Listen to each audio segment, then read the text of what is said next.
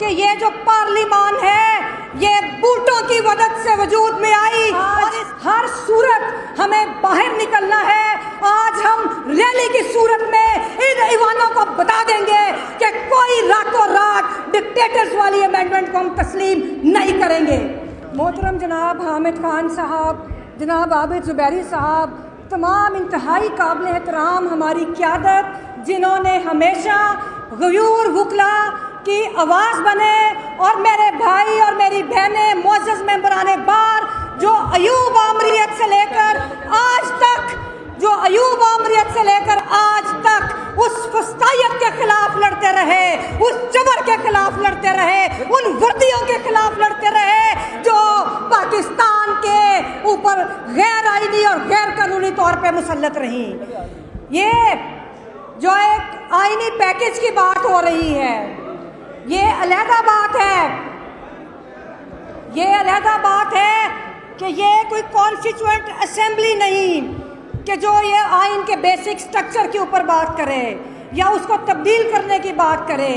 ہم تو یہ کہتے ہیں کہ یہ جو پارلیمان ہے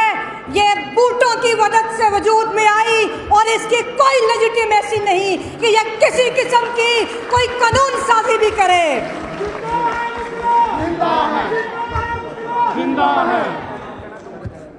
یہ بڑا پاکستان کی آئینی اور سیاسی تاریخ کا ایک عجیب واقعہ ہونے جا رہا تھا کہ جب راتوں رات حکومتی وزراء اور اسٹیبلشمنٹ کے کرندے ایک سرکس لگایا ہوا تھا، کوئی بھاگ دوڑ کر رہے تھے اور ان کے ہاتھ میں کسی قسم کا کوئی مسودہ نہیں تھا۔ میں کہتی ہوں کہ ضیاء الحق کہا کرتا تھا کہ یہ جو پاکستان کا آئین ہے یہ 12 صفحوں کی کتاب ہے، اور یہ جو اس کی باقیات ہیں وہ واقعی اس کو 12 صفحوں کی کتاب بنانے جا رہے تھے۔ انہوں نے جوڈیشری کے اوپر شب خون مارنے کے لیے، انہوں نے سپریم کورٹ کو میجسٹیریل کورٹ بنانے کے لیے یہ ساری ترامیم جو تھی وہ کرنے لگے تھے۔ لیکن پاکستان کے جو غیور وکلا ہیں، مجھے فخر ہے کہ حامد خان صاحب کی قیادت میں جو ایک پرلونگ سٹرگل ہے وکلا کی، آپ لوگ ڈٹ کے کھڑے ہوئے، پاکستان کے عوام ڈٹ کے کھڑے ہوئے، اور ان کا یہ جو منصوبہ تھا وہ خاک میں مل گیا۔ اور کل میں نے سنا جو لا منسٹر ہیں،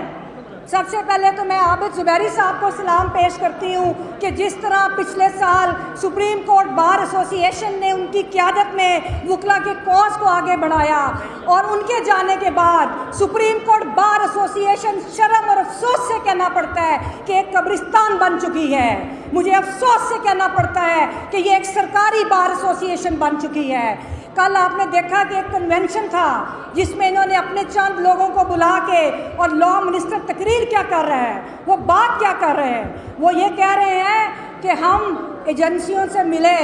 ہم لوگ ان قوتوں سے ملے اور انہوں نے ہمیں کنفرنٹ کیا۔ کیا مجال ہے کہ آپ کے ملازمین جو کہ پاکستان کے آئین کے ماتحت، جو وزیر اعظم اور منتخب حکومتوں کے ماتحت ہیں، وہ ان کو کنفرنٹ کرتے ہیں اور انہیں کہتے ہیں کہ آپ کی عدالتیں صحیح کام نہیں کر رہی؟ تو وزیر قانون نے ان سے یہ کیوں نہیں پوچھا؟ جب انہوں نے کہا کہ آپ کی عدالتیں دہشت گردوں کو چھوڑتی ہیں تو ان کو سوال کرنا چاہیے تھا کہ اے پی ایس کے شہداء، ان کے جو قاتل تھے وہ آپ کی حراست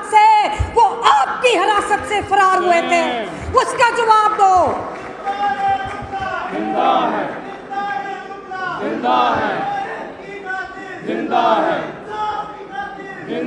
اسامہ بن لادن